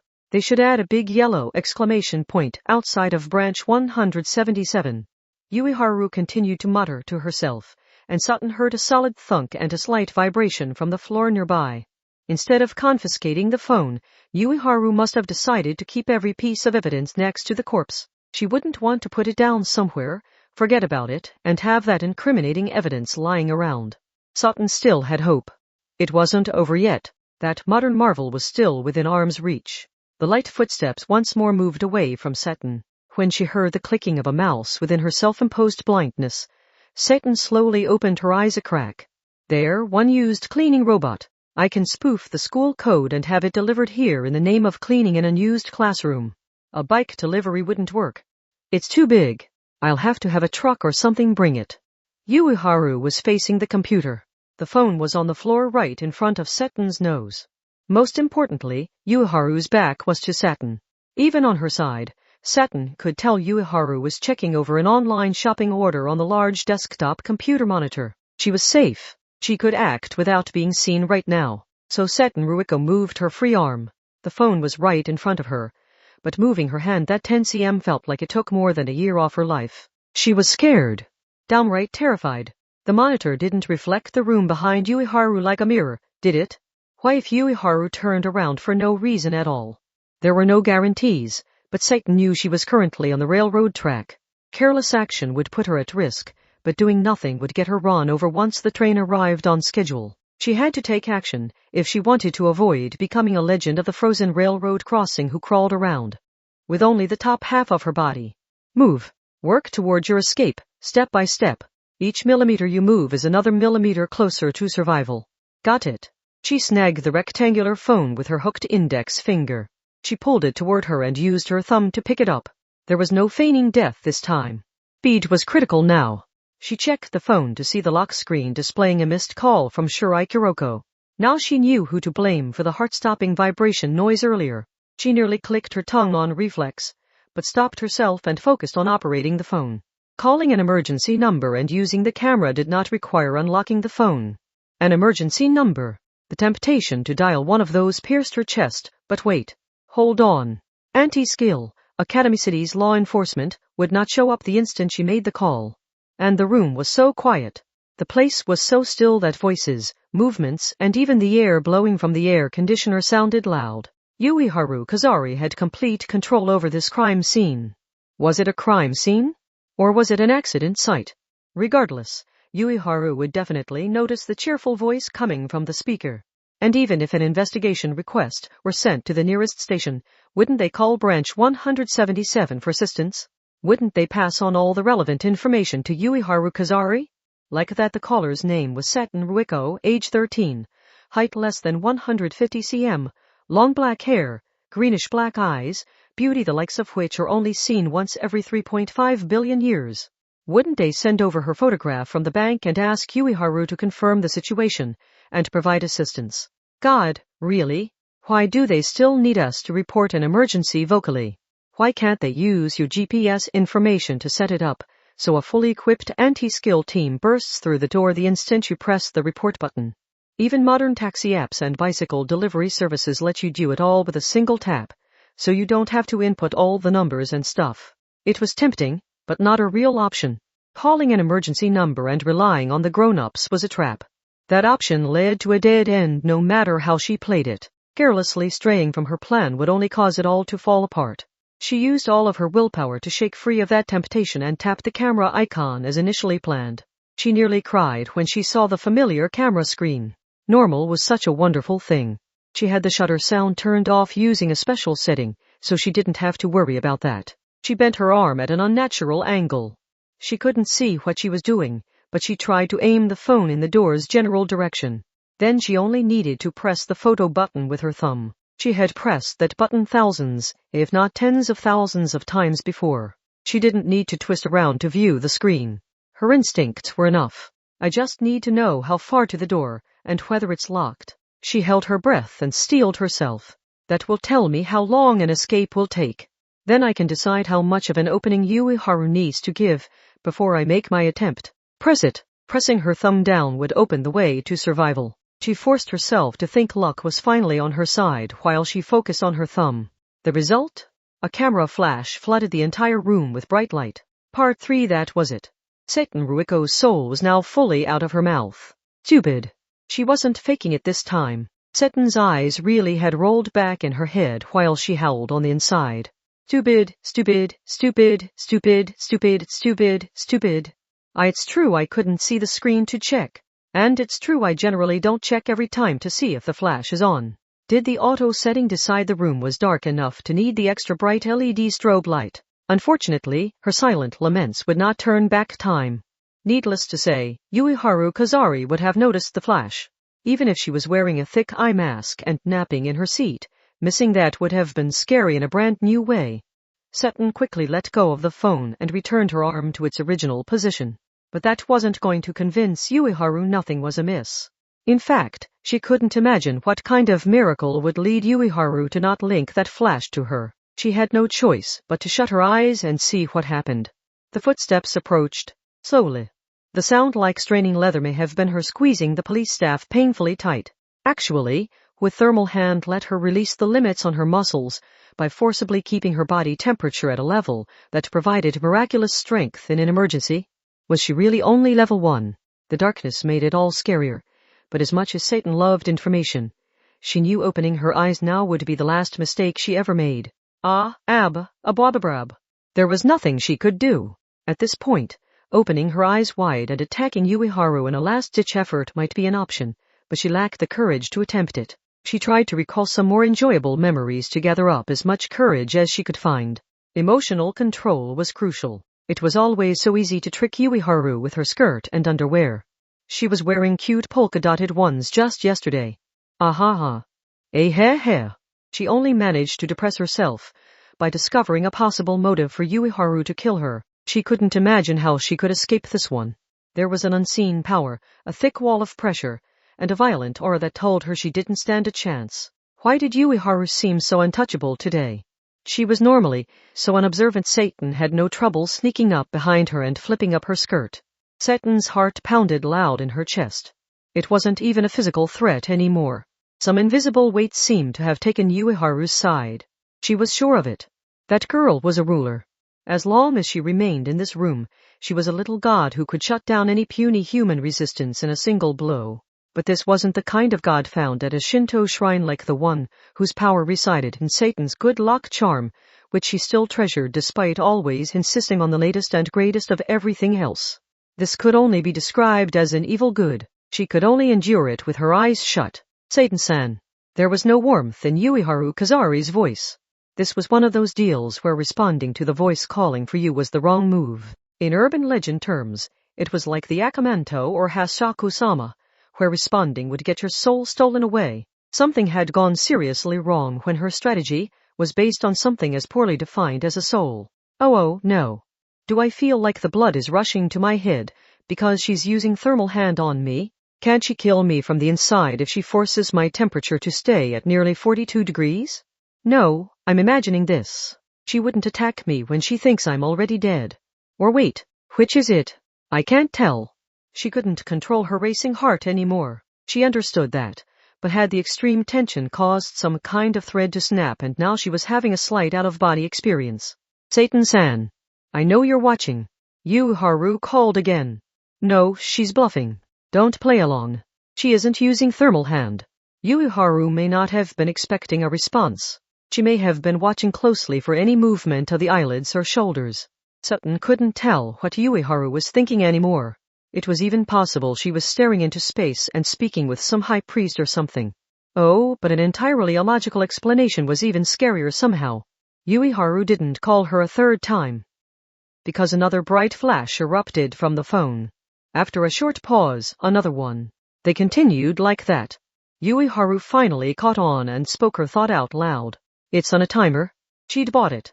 Satan heard rustling cloth. She couldn't be certain with her eyes closed, but Ueharu had probably crouched down and picked up the phone again. Satan had activated the timer just before letting go of the phone. If there was a reason for the camera to go off on its own, there was an explanation for the flash other than Seton's survival. Said Yuiharu after a long while. She didn't trust it right away.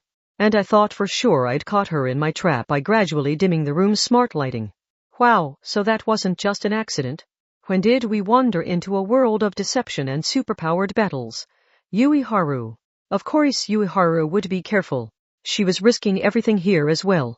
Yuiharu seemed to be teetering on the edge of believing it, but if those scales tilted in the wrong direction, she might just strike Satan's head with that heavy police staff with a corner of the phone. Eventually, Yuiharu's voice arrived from beyond the darkness. Could I check the photos? If that initial flash took a picture of the ceiling, there's nothing to worry about. But if it took a photo at any other angle, the timer alone can't explain it. Oh, no. Oh, no. Satan couldn't shut her eyes and suppress the shaking much longer. She felt more tension than any other time that day. Yuiharu grabbed her hand. Is it a fingerprint lock? No.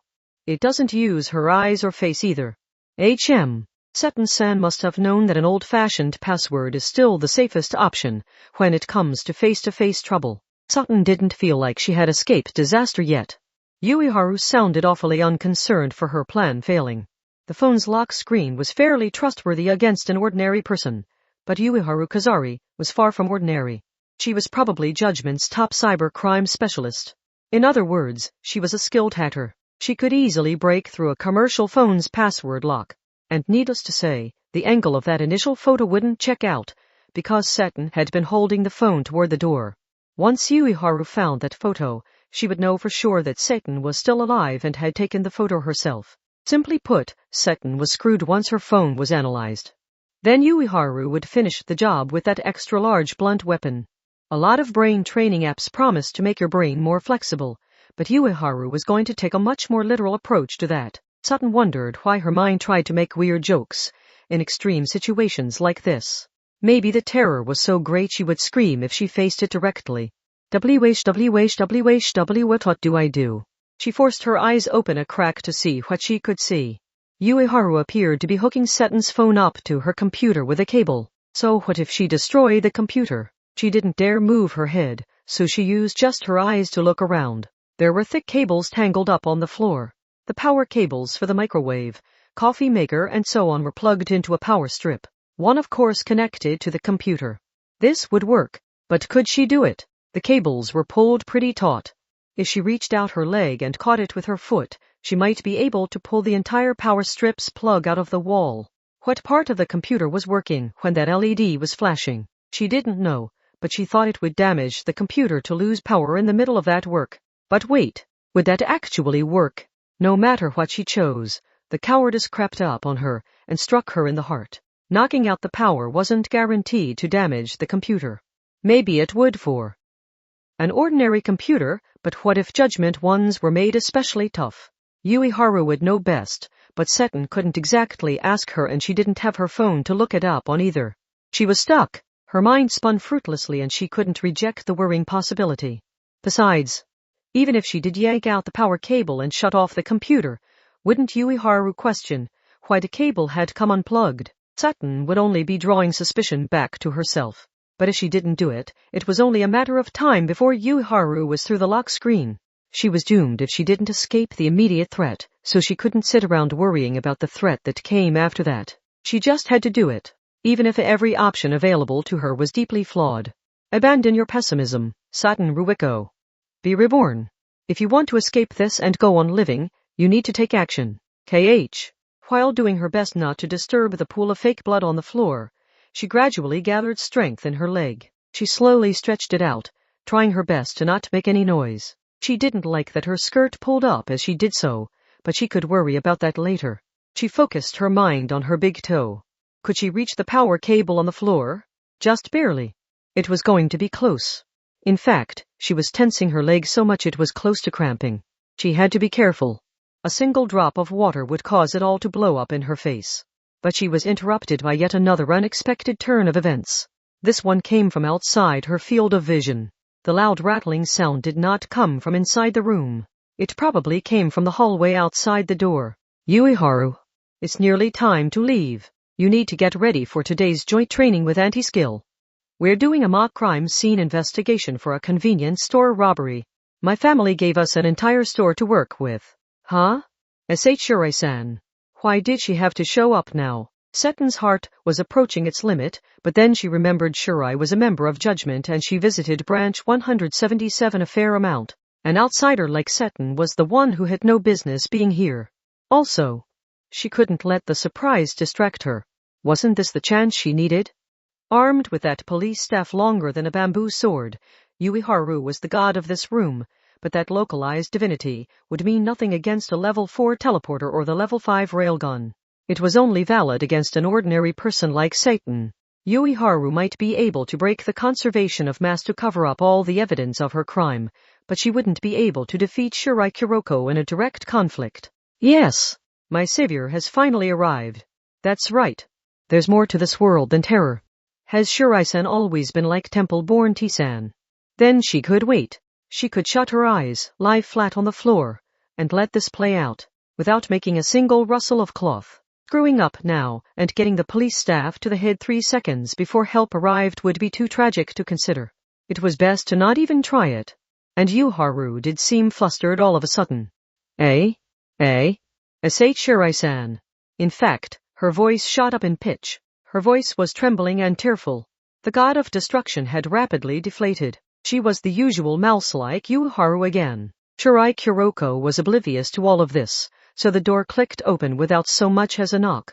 What are you doing in here, Ueharu? You need to get ready for whack. Thud.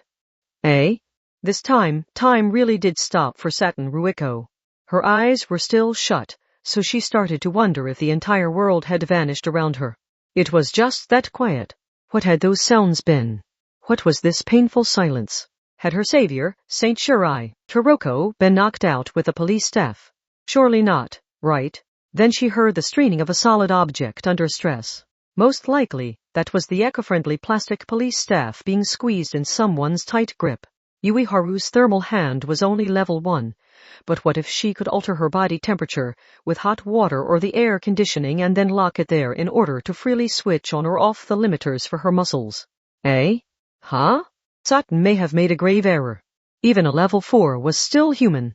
An unexpected blow to the head would kill them the same as anyone else. It was possible she could have prevented this. Maybe she should have risked it all and gotten up to tell Shira to watch out. But it was too late now. That ship had sailed. There was no going back to that crossroads. She heard dry laughter. Ueharu Kazari's voice sounded unstable as she talked to no one in particular. You can't just barge in without knocking, Shirai-san. Fortunately, disposing of 2 bodies isn't that much more difficult than just the one. Oh, no. Say it isn't so, Shirai-san. Satin couldn't suppress the shaking anymore.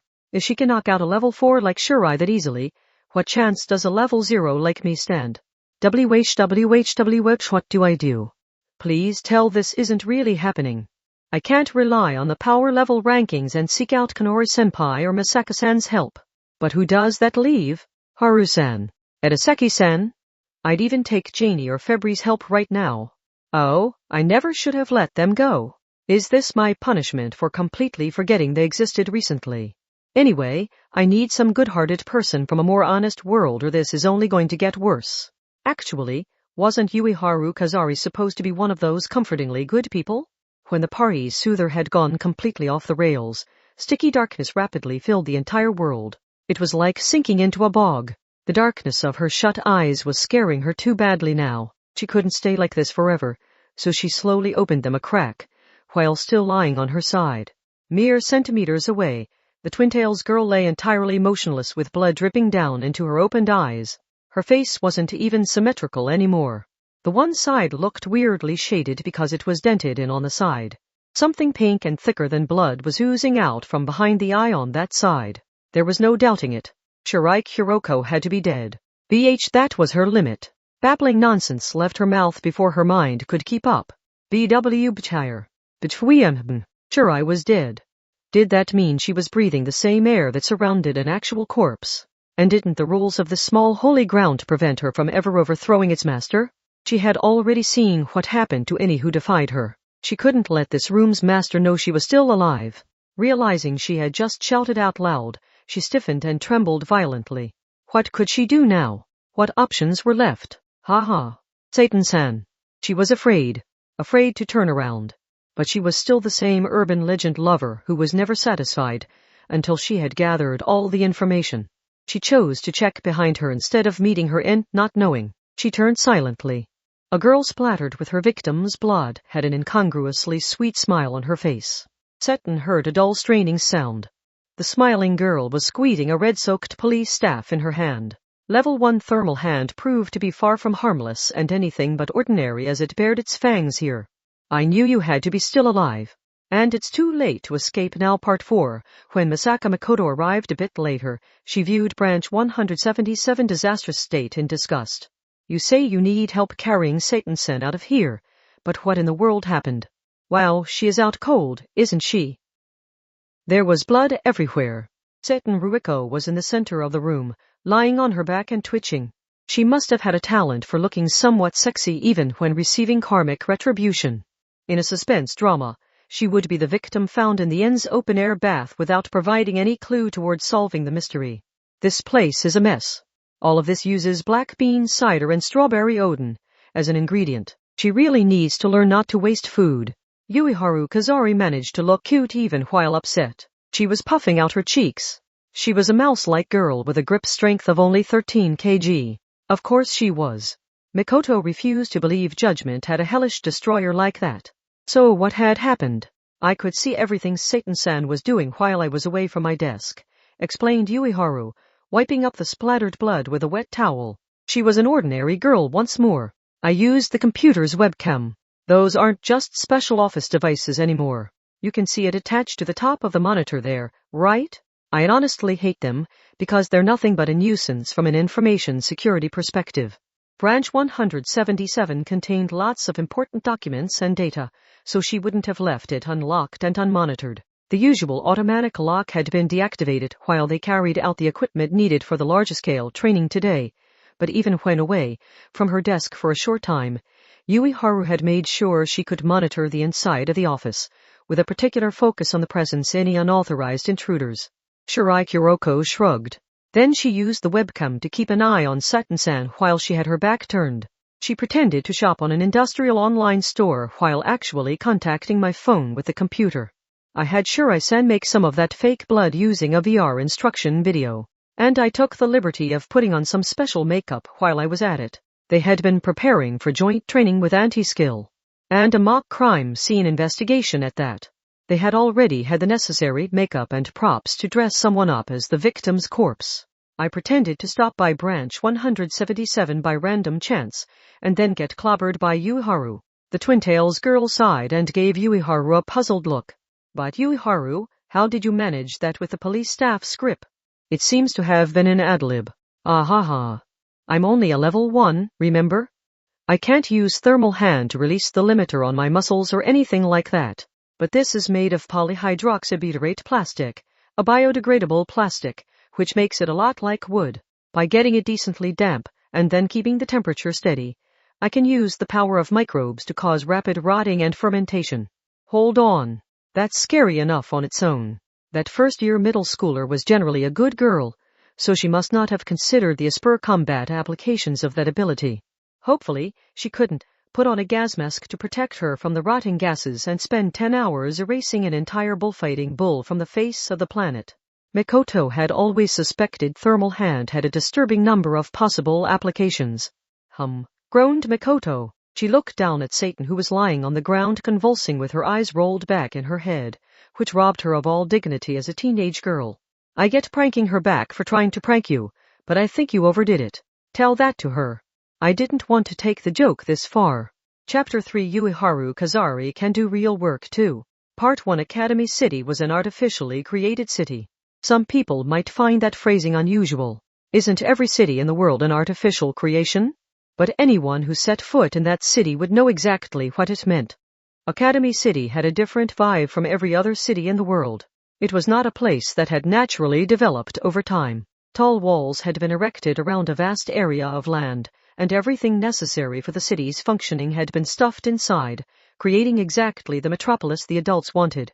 On a deeper level, Academy City was a giant collection of institutions given shape according to a certain ideal. If a problem cropped up within it and that ideal began to unravel, there was always someone to take the blame. Thus, in that city of 2.3 million, with 80% of its population being students, there were statistics that were officially gathered but never made public. Because everyone knew their release would make unwanted waves. For example, the yearly number of suicides in that city of mostly children was never officially released. Part 2. It is a lab, but I don't think it's the one we wanted. Misaka Mikoto, a middle school girl with short chestnut hair, sounded bored as she leaned against a metal door. The space through that door wasn't much larger than a studio apartment. The oblong room's walls had as many steel racks bolted to them as would fit, and they held computers of all sizes. Something had been partially dismantled using various tools after its cushions had been removed. Was it a massage chair? Even cyber attacks are done for profit these days. I guess someone decided to copy that virus everyone is talking about and rewrote it enough to earn them some money. But whether this ransomware targeting public infrastructure is the original or a modification, taking people's lives is a real crappy thing to do. One-sama.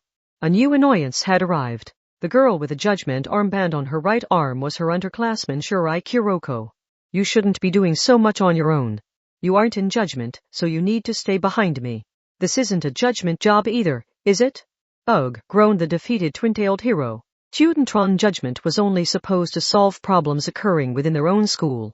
Criminal investigations out in the city itself were a job for teacher-run anti-skill. So as much as Shirai nagged, her pursuit of criminals in the streets was something she had learned from Mikoto. Still leaning against the door, Mikoto looked back inside the rusty-smelling room. The lab was actually a smoking room surrounded by frosted glass. Place a closed for maintenance sign on the locked door, and you had your own private space to use. The cyber attack lab taking people's lives for profit had been sitting in a corner of District 15, Academy City's largest shopping district. A group of small children in yellow hats raised their hands and followed their teacher across a nearby crosswalk. They were probably on a field trip rather than heading home after school. They looked like a bunch of baby ducks following their mama, but it wasn't a heartwarming sight in this instance. It was awful knowing such a dangerous lab had been so close to them. Anyway, now we wait for Ueharu, said Shirai. We still haven't found the original lab, but this place should still be full of valuable information. My guess is we'll find the original one next time or the time after that. I say this was worthwhile in and of itself. Mikoto used her chin to gesture toward the people collapsed next to the lab.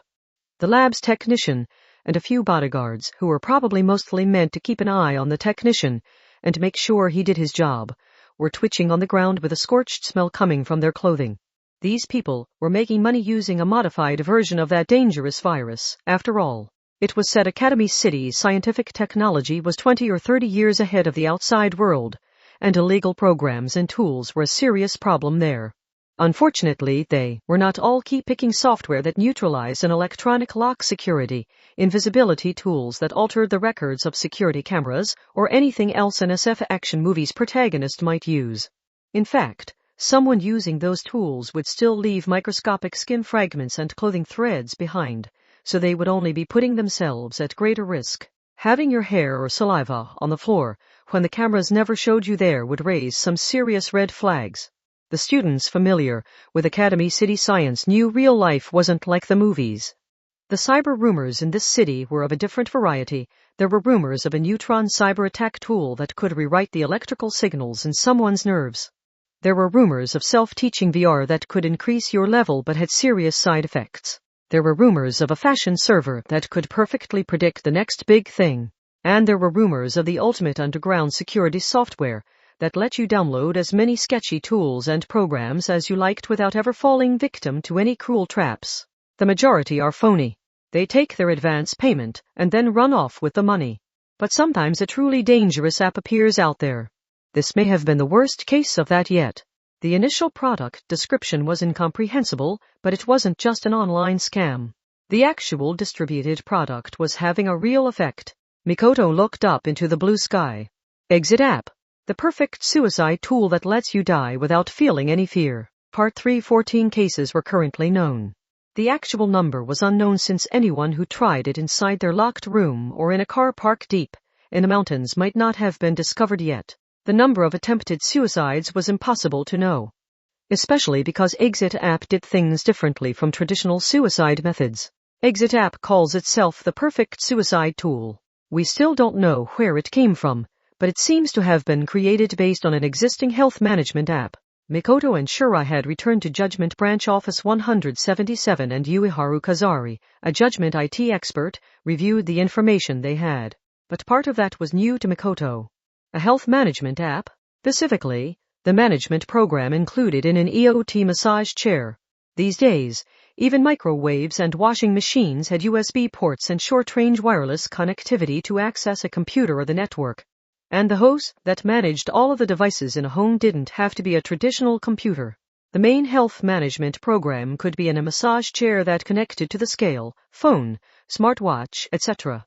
There was nothing at all wrong with the massage chair with its normal settings, but if a bit of hacking is done to remove the limits on its movements, it can be transformed into an execution machine that folds people up, snapping all their bones in the process. "You," groaned Seton. She was probably viewing this as a gruesome urban legend instead of a criminal investigation. It might sound surprising, but there are very few examples of people truly setting out to create something dangerous and succeeding. Think of kitchen knives. Think of cars. Think of cell phones. In most cases, the dangers were discovered after the thing was created. Situations would arise that the creator had never even considered. People would use them in bizarre, unintended ways. That had happened countless times. Danger could be found anywhere, like in playground equipment or the lid to a can. Even with tools meant to keep people alive, like fire extinguishers and life jackets, people had to learn the proper way to use them, because they could be dangerous otherwise. Academy City's Esper powers may have been the same. Anyway, for better or for worse, Seton was knowledgeable about rumors, so she crossed her arms and tilted her head in thought. I have heard a lot of urban legends saying a massage chair could kill you if it malfunctioned, but I thought everyone had concluded it wasn't actually possible. I heard they could maybe break a bone, but it couldn't kill you because you would just get out of the chair before it got that far. Yes, the Exit app and a massage chair on their own wouldn't be a real problem, said Yuiharu. The app gives the chair a kill setting, but like Satan-san said, people would normally escape the chair once it started hurting them. On their own? I take it there is another piece to the puzzle, said Shirai with a frustrated sigh. Yuiharu responded with a serious nod. The success rate rises dramatically when combined with the consumption of strong alcohol. Obviously people's tolerance there differs, but there appear to be some videos going around explaining how to efficiently get to sleep by manipulating your circulation through the combination of alcohol and a massage chair. Oh, you mean like how they say drinking after a bath is a bad idea? Mikoto sounded skeptical because she was of course not a drinker. Yuiharu sighed softly. This is that, but with the efficiency boosted by science. Basically, if people would leave the chair because of the pain, you instead get them to pass out drunk inside the execution machine first. So you're saying an ordinary massage chair really can kill someone? And there is no resisting it. So the app lives up to its claims of being the perfect suicide tool that lets you die in your own home without chickening out at the last second. In other words, these weren't accidental deaths from the machine developing a short and electrocuting its occupant. This was a hit product designed to kill and only kill, and it was still out there being distributed. To start with, it has you enjoy a massage every day as just part of your routine. Once you're used to using it, you activate the Exit app, drink some alcohol, and continue with your usual routine one final time. The massage chair let people do practice runs of their death any number of times. And once they decided to go through with it, they had a special tool that would automatically finish the job after they got themselves drunk enough. Mikoto sighed while considering that setup. Could you get the massage chairs removed from store shelves until all this dies down? It's not fair to the people who worked so hard making them, but what are you gonna do? The entire point is to push the chair past its limits, so it doesn't actually matter if the software doesn't match the hardware standards. That would work if it was taking advantage of a vulnerability specific to one product, but we don't have a good enough justification to remove every brand of massage chair from sale, so an industry group would fight back and claim they were being unfairly targeted. An industry group? Asked Satan, blinking in confusion. Shirai shrugged. Massage devices might seem like a niche market, but a lot of major electronics companies are shifting their focus to health devices like scales and air purifiers to make up for the losses caused by the shift away from domestic manufacturing of TVs and LCD monitors. Doing anything that earned their ire would mean picking a fight with a power greater than you can possibly imagine.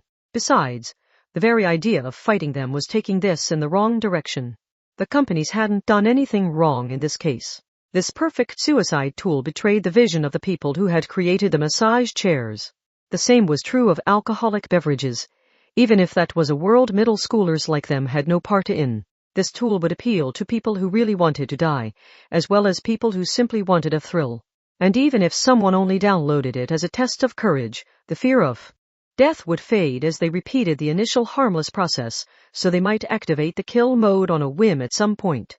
It was impossible to know just how many people in Academy City truly felt their life had hit rock bottom and wanted to die right away. But with all the worries over stagnant power development and the stresses of studying for exams, it wasn't uncommon for people to start saying they wanted to die or they wanted to be reborn and get a fresh start in a new life. Those might be idle complaints at first, but this ruinous tool provided a realistic way of accomplishing it and invited them to do something they could never undo. In that sense, the number of attempted suicides using the app may have been in the thousands or even tens of thousands, because anyone who wanted to die would use the massage chair on a daily basis, gradually wearing down the fear of death while they continued to live their ordinary lives. And once they had become numb to the fear, they would activate the kill mode and die without any hesitation. The deadly trigger in this case was drinking alcohol that was readily available on any convenience store's shelves. Oh, here we go. I found the story. But it says that trigger has actually kept the harm from spreading too far, said Seton. She was getting this information from the internet on her phone, so its accuracy couldn't be entirely trusted. Alcohol is a hard thing for middle schoolers like us to get our hands on, right? If I brought one of those colorful cans or bottles up to the register, the cashier would definitely stop me. So even if someone has started using a massage chair before bed each day, acquiring the alcohol would be enough of a challenge that they might suddenly realize what they were really doing and stop themselves. If the hurdle was a lot lower, the number of deaths may have been a lot higher. Like if the trigger was eating chocolate to relax, and that led people to submerge their hairdryer in the water to electrocute themselves. Drinking alcohol before the age of 20 was considered wrong. In a city where 80% of the population was students, people were carded much more strictly than in an ordinary city. So people who were considered ordinary by the city's standards would be hesitant to cross that line. It might seem strange that someone planning to kill themselves would care, but different suicidal people viewed things differently. If they wanted to end their life before they fell even further, it wasn't unusual for them to avoid any criminal activity and seek out a clean death. According to Ueharu's analysis, the people who didn't care about anything else, as long as they died, might opt for murder, suicide of a loved one or random strangers instead of killing themselves all alone. If that was true, then positive thinking wasn't necessarily enough to help people recover and return to being a healthy member of society. People were complicated. However, but some students really are completing the process. Alcohol is not sold in vending machines, but there are more ways of buying it without directly meeting an adult clerk nowadays. Like online shopping or self-checkout. They may be choosing places like that to reduce the mental barrier. Ugh, groaned Shirai Kuroko. She didn't need to feel any responsibility just because her family ran a nationwide convenience store chain, but the responsible types tended to be hard on themselves. Anyway, removing every form of alcohol, including mirin and ethanol disinfectant, from store shelves isn't realistic. The only way to prevent any further suicides is to track down the developer of Exit app, concluded Ueharu.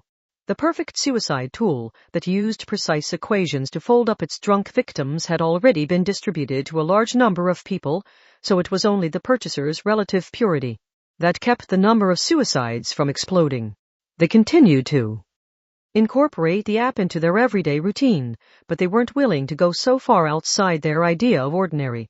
If the mysterious developer was captured and made to explain just how dangerous the app was, those users would start to question their use of Exit app, because even if they were suicidal, these were still ordinary people who were hesitant to use a fake ID to buy alcohol at their local convenience store.